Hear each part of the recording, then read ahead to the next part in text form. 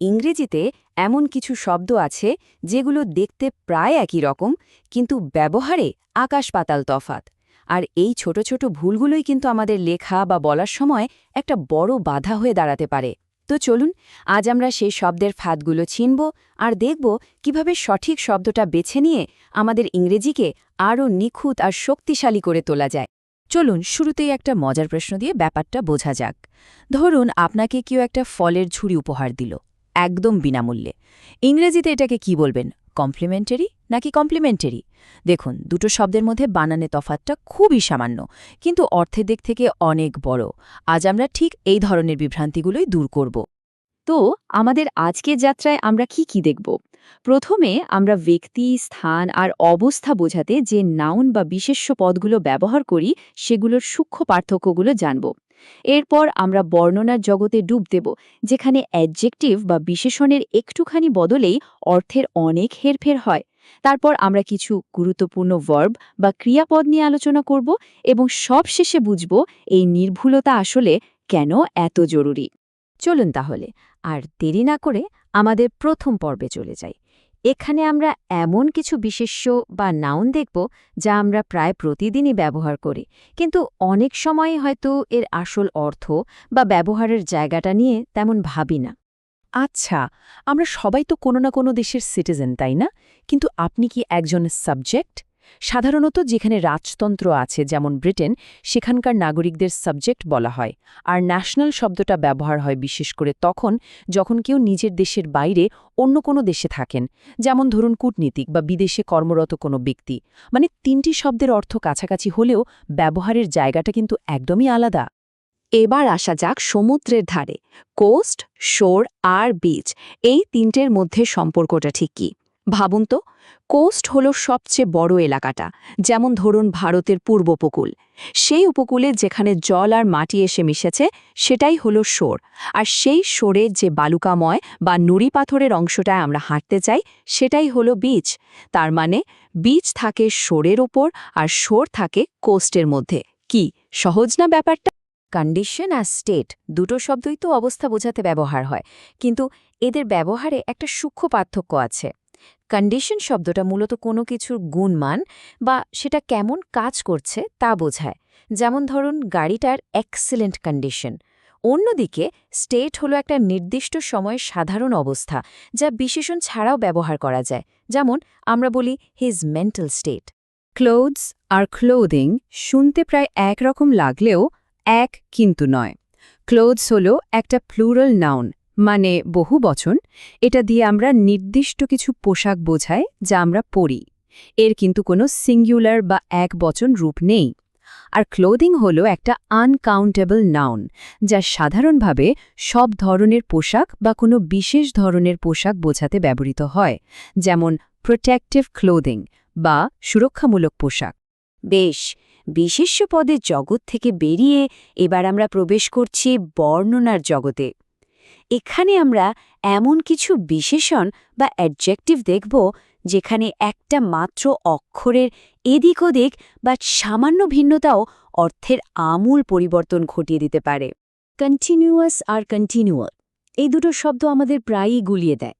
মূল পার্থক্যটা হলো কন্টিনিউয়াস মানে যা একবারও না থেমে চলতে থাকে, যেমন নদীর অবিরাম স্রোত বা কন্টিনিউয়াস ফ্লো। আর কন্টিনিউয়াল মানে যা বারবার ঘটে, মাঝে হয়তো একটু বিরতি থাকে কিন্তু ঘটতেই থাকে, যেমন ধরুন কন্টিনিউয়াল প্রবলেমস বা ক্রমাগত সমস্যা দেখা দাও। এটা মনে রাখার একটা দারুণ উপায় আছে কিন্তু। কন্টিনিউয়াস শব্দটা সাধারণত এমন জিনিসের সাথে যায় যা একটানা চলে, যেমন কন্টিনিউয়াস প্রসেস বা কন্টিনিউয়াস সাপ্লাই। অন্যদিকে কন্টিনিউয়াল ব্যবহার হয় এমন কিছুর সাথে যা বারবার ফিরে আসে, যেমন কন্টিনিউয়াল কোয়েশ্চেনস বা কন্টিনিউয়াল পেইন। এই শব্দচুটিগুলো মনে রাখলেই দেখবেন পার্থক্যটা একেবারে স্পষ্ট হয়ে গেছে। ক্লাসিক এবং ক্লাসিক্যালের মধ্যে পার্থক্যটা বেশ গুরুত্বপূর্ণ। ক্লাসিক মানে হলো এমন কিছু যা সময়ের পরীক্ষায় উত্তীর্ণ, যা গুণমানের দিক থেকে সেরা বা কোনো কিছুর আদর্শ উদাহরণ, যেমন একটা ক্লাসিক সিনেমা বা একটা ক্লাসিক গাড়ি। অন্যদিকে ক্লাসিক্যাল শব্দটা একটা নির্দিষ্ট ঐতিহ্যবাহী শৈলীকে বোঝায়, বিশেষ করে পাশ্চাত্য সঙ্গীত, স্থাপত্য বা প্রাচীন গ্রিস ও রোমের সংস্কৃতি। তো মনে আছে আমাদের শুরুর সেই প্রশ্নটা, একটা বিনামূল্যের ফলের ঝুড়িকে কি বলবো? উত্তরটা হল কমপ্লিমেন্টারি, আই দিয়ে যেটা লেখা হয়। মনে রাখার একটা সহজ উপায় হল আই দিয়ে আমি, আর আমি তো প্রশংসা পেতে বা বিনামূল্যে জিনিস পেতে ভালোবাসি। আর কমপ্লিমেন্টারি, ই দিয়ে যেটা, তার মানে হল পরিপূরক, মানে যা কোনো কিছুকে সম্পূর্ণ করে। যেমন ধরুন, দুটো জিনিস যখন একসাথে খুব ভালো মানায়। বিশেষ্য আর বিশেষন্ত হল, এবার চলুন কাজের কথায় আসা যাক, মানে ক্রিয়াপদ বা ভার্বের জগতে। এখানে আমরা এমন কিছু ভার্ব দেখব যেগুলোর ব্যবহারে প্রায়শই আমাদের মধ্যে একটু বিভ্রান্তি তৈরি হয়ে যায়। কম্প্রাইজ, কম্পোজ, কনস্টিটিউট, এই শব্দগুলো শুনলেই একটু কঠিন মনে হয়, তাই না? কিন্তু নিয়মটা আসলে খুবই সোজা। যখন বাক্যটা পুরো জিনিসটা দিয়ে শুরু হবে, যেমন দ্য কমিটি, তখন ব্যবহার করুন কম্প্রাইজেস। আর যখন বাক্যটা অংশগুলো দিয়ে শুরু হবে, যেমন 5 মেম্বার্স, তখন ব্যবহার করুন কনস্টিটিউট বা কম্পোজ। অর্থাৎ পুরোটা আগে এলে কম্প্রাইজেস, আর অংশগুলো আগে এলে কনস্টিটিউট বা কম্পোজ। খুবই সহজ একটা নিয়ম। ক্লোজ আর শাট, দুটো মানেই তো বন্ধ করা, কিন্তু এদের ব্যবহারের মধ্যে একটা সূক্ষ্ম ভাবনার তফাৎ আছে। শাট শব্দটা অনেক সময় একটু বেশি জোর দিয়ে বা শব্দ করে কিছু বন্ধ করা বোঝায়, যেমন দরজাটা সজোরে বন্ধ করা বা স্ল্যামড শাট। আবার বাক্স বা সুটকেসের মতো পাত্রের ক্ষেত্রে শাট ব্যবহার করাটাই বেশি স্বাভাবিক। অন্যদিকে কোনো সভা বা আলোচনা শেষ করার ক্ষেত্রে আনুষ্ঠানিকভাবে ক্লোজ শব্দটাই ব্যবহার করা হয়। চলুন কিছু সহজ নিয়ম দেখে নিই, যা মনে রাখতে খুব সাহায্য করবে। বাক্সের জন্য শাট ব্যবহার করুন।